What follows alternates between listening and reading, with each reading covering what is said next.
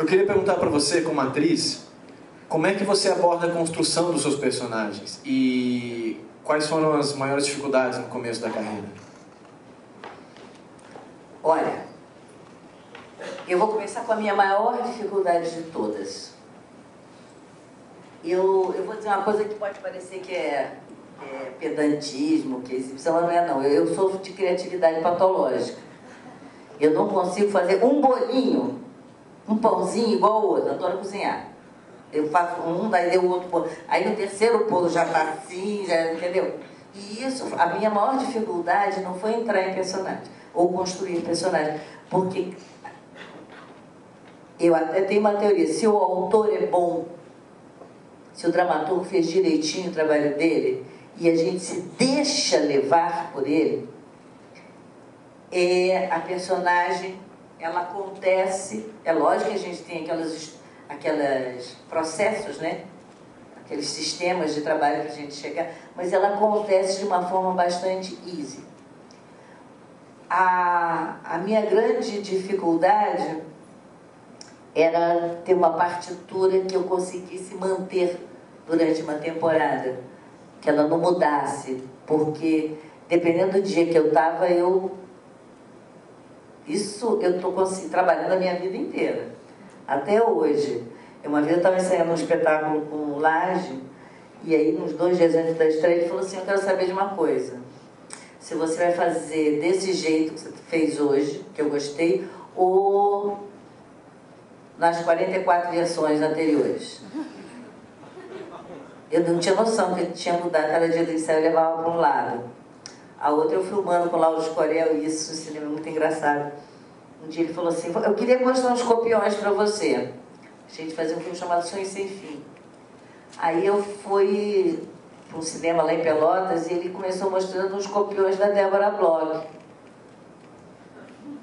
Eu falei: tem treta aí, né? Por que ele está mostrando os copiões da Débora Bloch?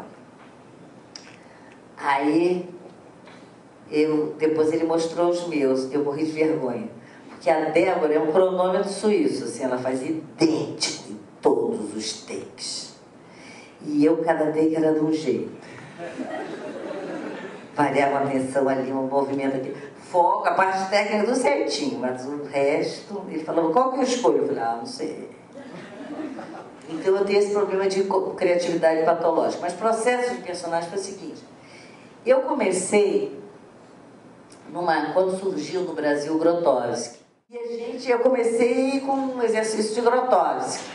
A gente era totalmente grotowskiano, tinha um argentino bioenergético de plantão no nosso grupo, que a gente fazia todos esses exercícios de liberação, que agora quando tem filme que chama o pessoal para treinar e tem que fazer laboratório, o Tonico me ligou e falou assim: para, agora a gente faz aquele laboratório que a gente fazia em 68, tá saco. Quer dizer, eu comecei com aquilo. Mas não dava conta, porque você fica muito criativo, muito solto, muito disponível, mas você não amarra uma partitura, que é a minha grande dificuldade. Isso não seria para o diretor algo positivo, que você está trazendo ferramenta para ele? Depende, porque se cada dia você faz uma peça diferente. Você tem uma ideia? Quando a gente fazia o Lampião no Inferno, tinha o elenco, o núcleo do elenco, tinha Madame Satã, a tal do personagem, Madame Satã de verdade, ele atuava junto com a gente. O Mendonça, que era o diretor, que ele vai de ponto com Madame Satã dentro de cena. O João Barcelos, e a base do elenco era a Tânia Alves, a Elba Ramalho, o Tonico Pereira e eu. Tanto a Elba quanto o Tonico quanto eu somos desses atores criativos. Um dia teve uma reunião horrorosa, porque a Tânia estava puta porque a gente não respeitava a marca. E aí, quando ela ia lá para a marca dela, tinha alguém plantado. E daí a gente fez um ensaio de decorar as marcas da Tânia. O resto a gente era um jazz. Agora as da Tânia a gente não podia ocupar, porque claro, ela ia toda louca. Ela tinha um lá novo, aquele dia, entrou numa de ir pra lá. Isso era muito naquela época, assim. Ah, não, hoje eu entrei numa. Hoje eu estava afim, eu entrei numa.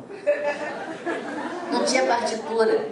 E daí como é que você faz uma novela se cada dia você faz aquela personagem de uma forma diferente? Você deixa se levar pela criatividade. E para alguns diretores, por exemplo, enquanto processo de trabalho é maravilhoso. Agora, quando você vai fazer a temporada, você tem que ter uma partitura ali. Eu não tinha essa noção. Eu fui descobrir Stanislavski mesmo quando eu já tinha uns 7, 8 anos de carreira. E que, aliás, eu tenho um altar para ele na minha casa porque ele salvou a minha vida. E eu acho que o Stanislavski está para o ator assim como a Sherry está para a mulher. Ele ensina o caminho das pedras. Como é que ator goza? Gozando no sentido do prazer mesmo erótico da criação, de como se criar um processo de trabalho, de quais são os mecanismos e os instrumentos que você tem para chegar lá. Porque há que se ter uma disciplina, né? Esse conceito de obra acabada que o Stanislavski introduz como processo de trabalho, porque o que ele fez? Ele sistematizou o processo de trabalho dos melhores atores da sua época e dos melhores pensadores. Não podemos esquecer que a gente está no final do século XIX, cujas ciências que falam do ser humano estavam bombando, né? Quando surge a psicanálise, né?